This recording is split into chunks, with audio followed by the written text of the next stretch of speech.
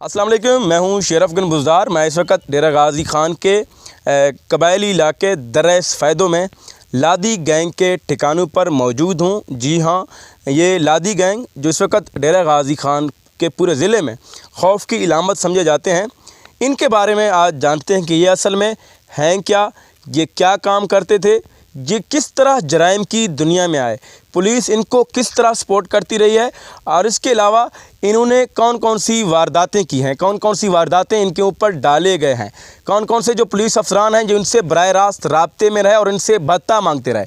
मेरे साथ ये सब मौजूद हैं।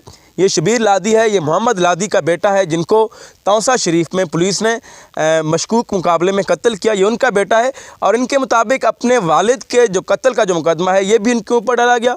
और जब इनके भाई को जिंदानी गैंग ने मुकाबले में मारा, उनके कत्ल का मुकदमा भी इन्हीं के ऊपर, यानी कि भाई के कत्ल का मुकदमा और बाप के कत्ल का मुकदमा भी इन्हीं के ऊपर दर्ज हुआ। और ये 7वीं क्लास का तालिब इल्म था। ये तौसा शरीफ में उस वक़्त अपने वालिद साहब के साथ ये वहाँ पर इस वक्त तालीम हासिल कर रहा था एक सरकारी स्कूल में। इनसे बात करते हैं तफसीलन। आप पहले ये बताएं कि आप लोग जराइम की दुनिया में किस तरह आए हैं? ये जराइम पेशा हमें पुलिस ने बनाया है। अच्छा जी हाँ, अज़हर चौधरी, हफीज़ बुगटी ने। आप पहले शुरू में बताएं, शुरू से आप पहली दफ़ा आप लोगों से जो जुर्म हुआ है वो कब हुआ है?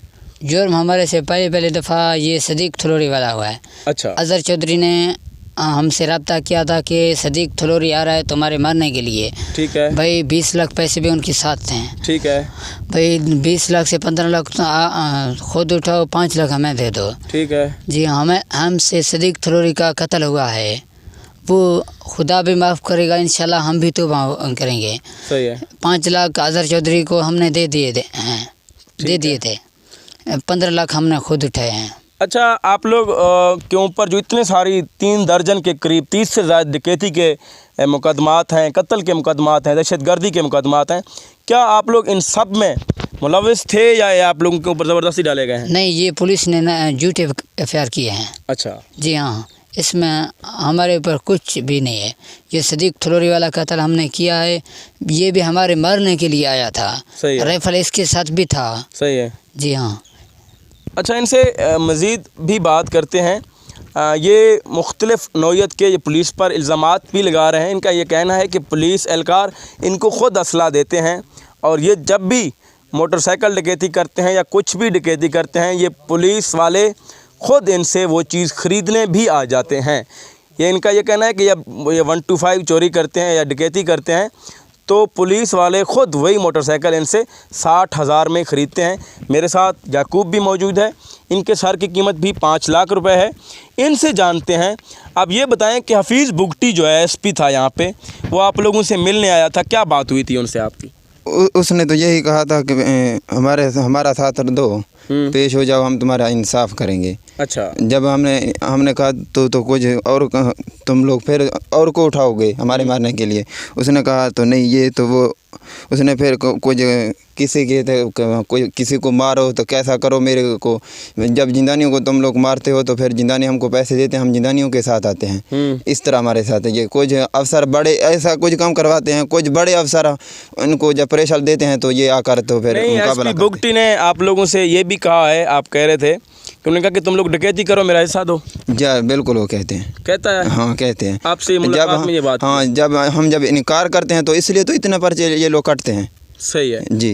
तो आपने इनकी बात सुनी है। इनका ये कहना है कि SP बुगटी ने डायरेक्ट इनसे पैसे मांगे थे और उनको ये कहा था कि तुम लोग डकैतियाँ करो, कुछ भी करो, तुम्हारे ऊपर मुकदमात दर्ज नहीं होंगे, अलबत्ता तुम मुझे भत्ता दिया करो। इनके इनकार पर इनके ऊपर ऑपरेशन हुआ, इनके घर गिराए गए और इनका जो वहाँ पर पानी का कुआं था जिससे दर्रेस फ़ैदो के लोग पानी पीते थे, उसको मिटा दिया गया। मेरे साथ शबीर लादी मौजूद है, मज़ीद इनसे बात करते हैं। आपके वालिद को तौसा शरीफ में मुकाबले में मार दिया गया। जी हाँ। तो किसने उनको मारा था? ये उसको अब्दुल रऊफ़ साहब ने मारा था। अच्छा जी हाँ, कहते ये हैं, हमें कोई मालूम नहीं है अब्दुल रऊफ़ ने या मारा था या किसी मुखबिर ने मारा था, कोई मालूम नहीं है। उसका FIR हम पे किया है पुलिस वालों ने। जी हाँ, मेरे भाई मजीद पे किया है। 9 आदमी भाई मोहम्मद लादी के साथ थे और 9 आदमी। एक दुबई में है, अभी तक दुबई में उसका केस चल रहा है, उसके ऊपर भी FIR किया हुआ है पुलिस वालों ने। वो आपके वालिद के कत्ल के मुकदमे में ऐसा मुलजिम भी नामजद किया जो दुबई में काम करता है। हाँ, दुबई में मुस्तफ़ा वल्द लद्धा। मुस्तफ़ा वल्द लद्धा, जी हाँ। अच्छा, आप ये बताएं कि आपके वालिद तौसा शरीफ में क्या काम करते थे वहाँ पे? वहाँ पे घर बना रहा था अपने हमारे लिए। जी हाँ, काम करते थे घर के लिए। सही है। वहाँ पे क्या मेहनत मजदूरी करते थे तौसा शरीफ में? मेहनत मजदूरी नहीं करता था, अपने घर बना रहा था। सही बाबू जी। सही है।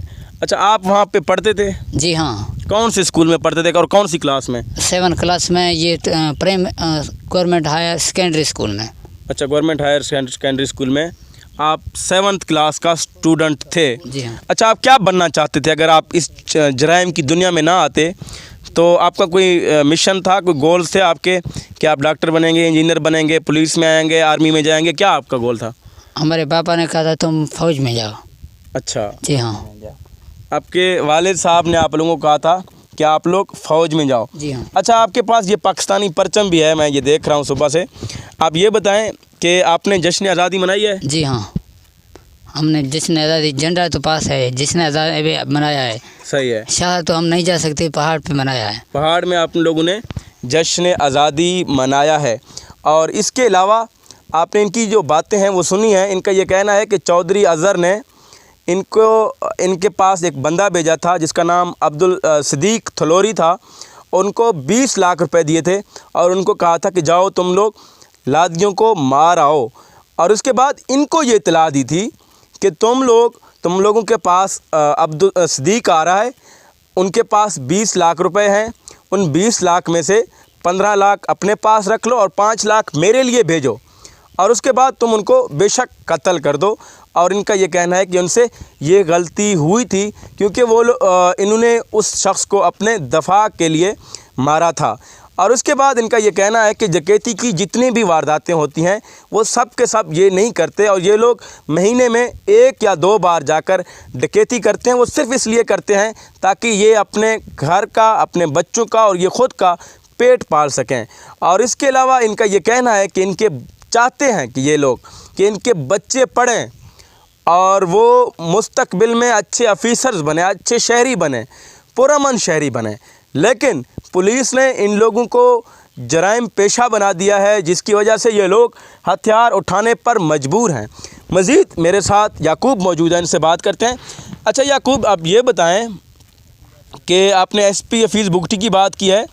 यहाँ पर हमने सुना है कि एक चौधरी अज़हर नाम का जो SHO था, वो जब भी मुकाबले करने आता था आप लोगों से तो वो कोई पैगाम भेजता था कि मैं सफ़ेद पगड़ी में हूँ। इसमें क्या हकीकत है? जी बिल्कुल, वो कहता था। क्या कहता था? वो अपनों को बचाने के लिए, वो उसको तो पता था ये जब बंदूक मारते हैं तो इनका सीधा आकर लग जाता है ना। सही है। तो हम तो फिर जब वो सिपाहियों को कहता था कि सिपाहियों को मारो, लेकिन हम खुदा तो देख रहा था अगर वो इंसाफ हमारा नहीं कर रहा था तो हम वो सफ़ेद पगड़ी पहन कर आ करके ये जो लठ हम कहते हैं बलूच की ज़बान में, वो लठ के ऊपर बंद ये इसके ऊपर खड़ा होता था, फिर इशारा देता था, पगड़ी दिखाता था, मैं अज़हर चौधरी हूँ। तो हम लोग उसको कुछ नहीं कहते थे। तो सिपाहियों के ऊपर तो हम हवाई फायरिंग करते थे। तो जब ये रुबों के साथ हमारा मुकाबला हुआ था, ठीक है, हमारा मुकाबला जिंदानियों के साथ हुआ है। जब जिंदानियों को तो हमने एक को मार दिया था ना, रुबों का हमारे को पता था ये इसने मारा है। बाद में जब 2 जिंदानियों को उस साइड पे उसने खड़ा करके हवाई फायरिंग किए थे और पुलिस वाले को भी वो उसी ने मारा था। उसी ने सुलेमान को, यही अज़हर चौधरी ने मारा था पीछे से। अच्छा जी।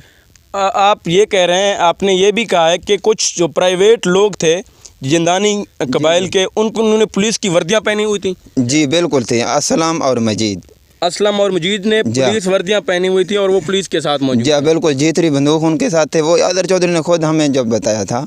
अच्छा। वो मिला हुआ था, वो बताता था जिंदानी उस साइड पे खड़ा हुआ है, उसको मारो।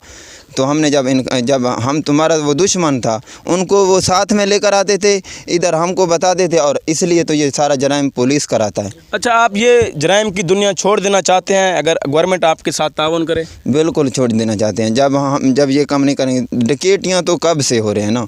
जब आके को मार दिया तो सदर दिन में अब भी हो रहे हैं। अगर हमने अभी भी अब फिर हम जब महीनों के बाद जाते हैं तो वो पुलिस और लोगों से करवाता है। ऐसा इतबार जब कोई आगे हमें देखे जिस कस्टडी में या किसी के अफसरों में या इलाके में हम रहेंगे महफूज में, वो हमें दिन रात देखें।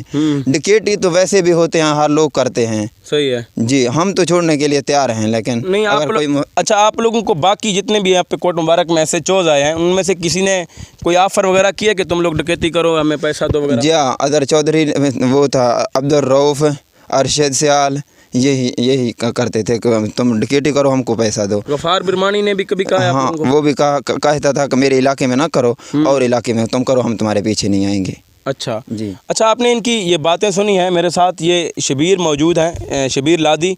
इनके ऊपर भी इस वक्त दर्जनों जो मुकदमात हैं वो दर्ज हो चुके हैं। इनका ये कहना है कि इनके वालिद को इनके आंखों के सामने कत्ल किया गया, लेकिन ये अपने वालिद के जो कातिल हैं उनको अभी तक ना ढूंढ सका है, ना इनको पता है कि किसने उनको कत्ल किया और उसके बाद ये जराइम की दुनिया में आया। इससे पहले ये वहाँ पर तौसा शरीफ के एक हायर सेकेंडरी स्कूल में 7वीं क्लास का तालिब इल्म था। जब पिछले साल इनके वालिद को कत्ल किया गया तो उसके बाद ये बाकायदा तौर पर इन्होंने असला उठाया और ये इस जराइम की दुनिया में आया है। इनसे बात करता हूँ।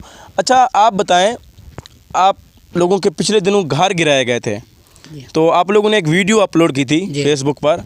आप कह रहे थे कि हमारे घर जो है ये नाहक गिराए गए। जी हाँ। आप चाहते हैं कि आप लोगों के जो बच्चे हैं इनके कोई अगर जिम्मेदारी उठाए, कोई समाजी शख्सियत या सरकार उनको पढ़ाए, तो फिर आप ये जराइम की दुनिया छोड़ देंगे? जी हाँ, हम जराइम की दुनिया को छोड़ने के लिए तैयार हैं।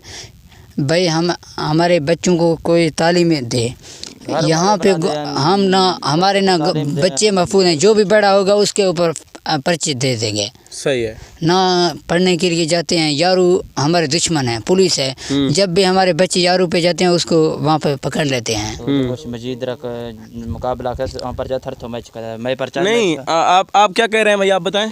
आप ये बात कर रहे हैं ये, लेकिन ये जो मुकाबला हमारे साथ था ना जिनानी गैंग का, लेकिन वो मुकाबला जिनानी साथ के हमारा था, पुलिस ने लिखा अपने मुकाबले, बिल्कुल हमारा साथ मुकाबला हुआ, लेकिन वो मुकाबले जो पर्चा था वो भी फियार हमारे ऊपर है। अच्छा, आप कह रहे हैं कि अब्दुल मजीद को मारने वाले कौन थे? मजीद जिंदानी, असलम जिंदानी वाला, रोस्तम जिंदानी, ठीक है, 4-5 बंदे, इज्जा बजानी। अच्छा, पुलिस ने उनको नहीं मारा? नहीं, पुलिस ने उसको नहीं। आपने इनकी बात सुनी है। जो मजीद लादी, जिसको गुज़िश्ता दिनों एक मुकाबले का नाम देकर मार दिया गया, इनके मुताबिक और उनके सर की कीमत 20 लाख रुपए मुकर्रर थी और पुलिस ने उनका क्रेडिट लेने की कोशिश की कि हमने उसको मुकाबले में मार दिया, लेकिन इनके मुताबिक उसको मारने वाले पुलिस एहलकार नहीं थे, जिंदानी गैंग के लोग थे और उन्होंने उनको कत्ल किया और उसके बाद पुलिस ने अपने सर ले लिया, क्योंकि उनके सर की कीमत जो 20 लाख रुपए मुकर्रर थी। और उसके अलावा इनका ये कहना है कि ये जराइम की दुनिया छोड़ देना चाहते हैं। ये चाहते हैं कि इनके बच्चे अच्छे स्कूलों में पढ़ें, ये चाहते हैं कि इनके बच्चे पुरअमन रहें। और इनका ये भी कहना है कि डकैती की वारदातें जहाँ भी होती हैं वो सब इन्हीं के खाते में डाल दिए जाते हैं। और इनका ये भी कहना है, गवर्नमेंट से मुतालबा है कि हम लोग जराइम की दुनिया से तौबा करना चाहते हैं। आप बेशक हमारे ऊपर जिस किसी को भी निगरानी पर मुकर्रर कर दें, हम शहर का रुख नहीं करेंगे। और इसके अलावा वहाँ पर फिर डकैती की जो वारदातें हैं वो होती हैं, फिर आप लोग खुद सोचें कि वो वारदातें कौन करवाता है, कौन लोग उसमें मुलविस होते हैं। इसीलिए इनका ये कहना है कि पुलिस जब भी डकैतों का सुराग लगा नहीं पाती या उनके जब अपने डकैत गैंग होते हैं तो फिर उसके बाद जितने भी डकैती होते हैं, जितने भी वारदात होते हैं, वो सब के सब इन्हीं के खाते में डाल दिए जाते हैं। और इनका ये भी कहना है कि इन्होंने ना अमीर बख्श बब्बर को कत्ल किया और ना ही किसी और को कत्ल किया। ये इनका ये कहना है कि सब इन्हीं के खाते में गलत डाल दिए गए हैं। और इनका ये भी कहना है कि अगर इनसे कुछ भी गलती हुई है, अगर इन्होंने कोई वारदात की है, अगर वो सही है तो वो ये उनका सज़ा भुगतने को तैयार हैं। और इनका ये वज़ीर-ए-आला पंजाब से मुतालबा है कि वज़ीर-ए-आला साहब, हम लोग जीना चाहते हैं मगर आज़ादी के साथ, और हम लोग जराइम की दुनिया से तौबा करना चाहते हैं मगर हमें मजबूर ना किया जाए, हमें तहफ़्फ़ुज़ दिया जाए और उसके बाद ये मुकम्मल तौर पर अपने इलाके में पुरअमन ज़िंदगी गुजार सकेंगे।